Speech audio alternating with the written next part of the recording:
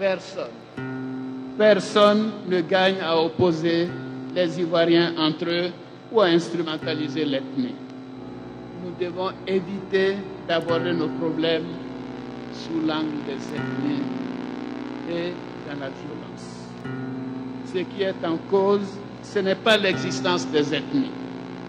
Ils font partie intégrante de notre histoire, comme je l'ai dit. Mais c'est plutôt le tribalisme. C'est ça le problème. C'est le tribalisme. C'est contre le tribalisme que je m'érige. Je ne connais ni le tribalisme, ni le racisme. Je n'ai jamais connu cela. Et je ne l'ai jamais pratiqué. Et je ne le pratiquerai jamais. Mon obsession, c'est l'unité nationale. Nous devons réapprendre à vivre ensemble, en veillant à ce que tous les enfants de cette nation, quelle que soit leur histoire personnelle, comme je l'ai dit, leur naissance, leur origine, leur croyance, que tous les enfants soient considérés comme des fils et des filles de la République. Ils doivent être reconnus comme tels dans le droit, dans les faits, dans les devoirs.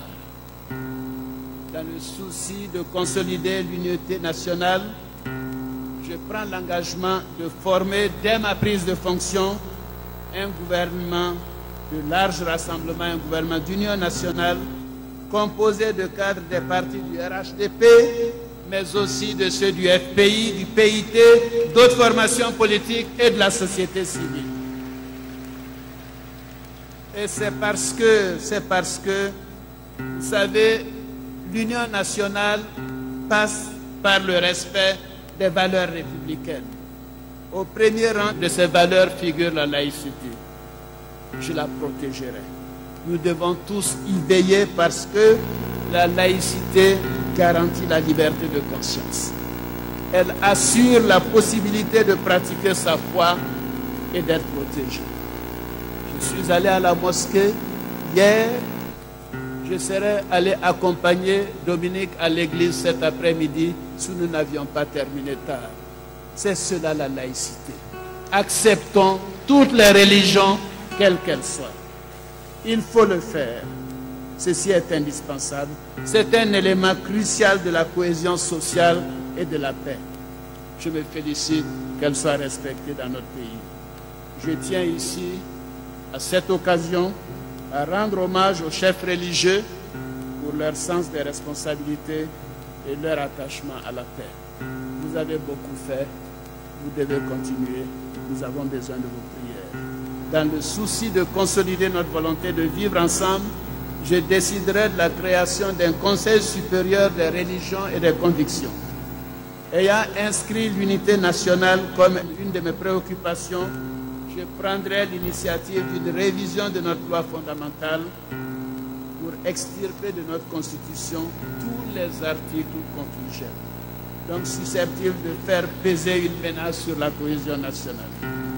Donc la Côte d'Ivoire doit redevenir elle-même. La Côte d'Ivoire doit redevenir le moteur de l'intégration sous-régionale et un acteur incontournable du monde. Cette fierté que nous avions d'être ivoiriens. Cette fierté que nous avions de montrer notre passeport ivoirien. La politique intérieure et la politique extérieure sont intimement liées. Ces dernières années, la Côte d'Ivoire a souffert de l'image qu'elle a projetée dans le monde. Elle a été perçue comme une nation xénophobe, sans ambition extérieure, recroquevillée sur elle-même. Je ne voudrais pas faire de l'autoflagellation.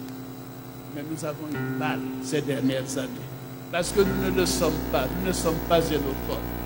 La Côte d'Ivoire est une terre d'hospitalité. Et l'hospitalité a toujours régné dans ce pays. Donc, cette minorité qui nous a desservis, qui nous a salis, qui a sali notre image, de grâce, arrêtez. Arrêtez de vous attaquer à ma patrie. La Côte d'Ivoire a besoin de l'Afrique et du monde, tout comme l'Afrique et le monde ont besoin d'elle. Je suis persuadé, du fond de moi-même, que la Côte d'Ivoire reprendra toute sa place dans le concert des nations. C'est dans notre intérêt. nous établirons de nouvelles relations avec tous les pays sur la base de la confiance et de la compréhension mutuelle. Je m'engage donc à redonner à notre diplomatie toute sa place. Une diplomatie au service de nos intérêts, mais aussi, comme le disait le président Félix Houphouët-Boigny, au service de la paix et du dialogue. La paix et le dialogue. Donc, mes chers compatriotes, dans quelques semaines, la Côte d'Ivoire a rendez-vous avec son destin. À l'occasion des prochaines consultations électorales, se joue notre avenir. Nous serions mal inspirés de laisser les événements décider de notre destin. À l'occasion des prochaines consultations électorales, se joue notre avenir. Nous serions mal inspirés de laisser les événements décider de notre destin. Nous serions mal inspirés de laisser les événements décider de notre destin.